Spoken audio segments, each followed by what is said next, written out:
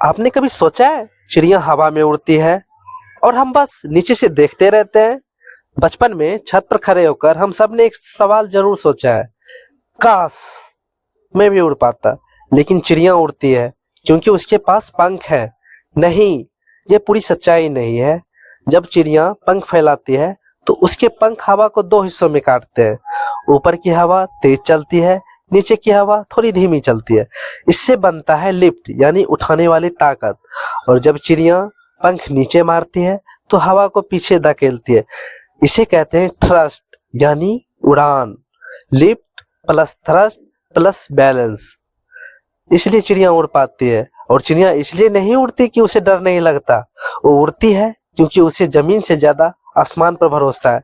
Science कहती है जो हवा को समझ ले वो उड़ सकता है। सोचा है एक पतली सी पतंग भारी धागे के साथ हवा में कैसे उड़ जाती है? जादू नहीं है, विज्ञान है। बचपन में छत पर खड़े होकर हम सब ने पतंग उड़ाई है, डोर हाथ में, आंखें आसमान में, और जैसे ही हवा चलती है पतंग ऊपर और ऊपर। लेकिन सवाल यह है, हवा तो दिखती भी नहीं, फिर उठाती कैसे है? असल खेल है हवा की रफ्तार और दबाव का।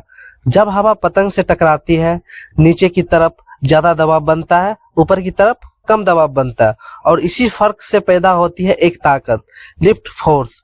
यही लिफ्ट पतंग को ऊपर उठाती है।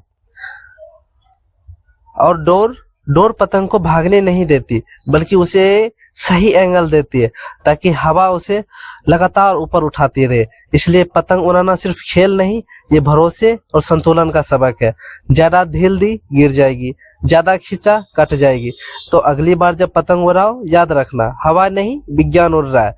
क्या आपने कभी सोचा है इतनी भारी दिखने वाली मछली पानी में डूबती क्यों नहीं? जब हम पानी में उतरते हैं तो तैरना सीखना पड़ता है, हाथ पैर मारो, सांस रोको। लेकिन मछली पैदा होते ही स्विमिंग में एक्सपर्ट। कभी सोचा है कैसे? मछली तैरती है 3 साइंस के तरीके से। Number 1, swim bladder. हवा की थैली मछली के शरीर में एक छोटी सी थैली होती है जिसमें वो हवा भरती या निकालती है। हवा ज्यादा होने पर ऊपर आती है, हवा कम होने पर नीचे जाती है, बिल्कुल पनडुब्बी जैसा। नंबर 2, मछली के पंख, फिन्स। Steering wheels. मछली के पंख उसे मोड़ने, रुकने और बैलेंस रखने में मदद करते हैं, जिसे साइकिल के हैंडल हम लोग करते हैं। नंबर 3, पूंछ, यानी मछली का इंजन। मछली की पूंछ पानी को पीछे धकेलती है और मछली आगे बढ़ती है। एक्शन रिएक्शन होता रहता है, यानी न्यूटन का कमाल होता है। इंसान तैरना सीखता है, मछली प्रकृति पर भरोसा करके तैरती है। कभी कभी हमें भी बस खुद पर भरोसा करना होता है और जिंदगी अपने आप आगे बढ़ने लगती है। मछली तैरती नहीं, वो पानी के साथ समझौता कर लेती है। अगर ऐसी आसान साइंस पसंद है तो फॉलो करो साइंस समझो यार को। रुको रुको, कभी सोचा है दूध सफेद ही क्यों होता है? गाय ने फेयर एंड लवली लगाई है क्या? सोचो, दूध एक मिनी साइंस लैब है।